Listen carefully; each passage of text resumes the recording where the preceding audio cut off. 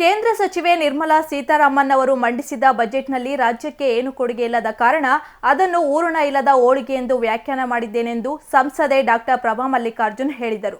ಸುದ್ದಿಗಾರರೊಂದಿಗೆ ಮಾತನಾಡಿದ ಅವರು, ನಿರ್ಮಲಾ ಸೀತಾರಾಮನ್ ಅವರು ಕರ್ನಾಟಕದಿಂದ ಆಯ್ಕೆಯಾಗಿದ್ದು ರಾಜ್ಯದ ಜನರಿಗೆ ಸಾಕಷ್ಟು ನಿರೀಕ್ಷೆ ಇತ್ತು. ಅಷ್ಟೇ ಅಲ್ಲದೆ ಬಜೆಟ್ಗೂ ಮುಂಚೆ ಸಿಎಂ, ಡಿಸಿಎಂ ಹಾಗೂ ರಾಜ್ಯದ ಎಂಪಿಗಳೆಲ್ಲ ಸಭೆ ಮಾಡಿ ಕಳೆದ ವರ್ಷದ ಬೇಡಿಕೆಗಳಾದ ನೀರಾವರಿ ಯೋಜನೆ, AIIMS, IIT institution, Bengaluru development ಪ್ರಾಜೆಕ್ಟ್ಗಳಿಗೆ ಹಣ ಬಿಡುಗಡೆ ಮಾಡುವಂತೆ ಹೇಳಲಾಗಿತ್ತು. ಆದರೆ ಅವರು ಬಜೆಟ್ನಲ್ಲಿ ಹಣ ಬಿಡುಗಡೆ ಮಾಡದ ಹಿನ್ನೆಲೆಯಲ್ಲಿ ಇದು ಊರಣ ಇಲ್ಲದ ಹೋಳಿಗೆ ಎಂದು ಹೇಳಿದ್ದೇನೆಂದರು.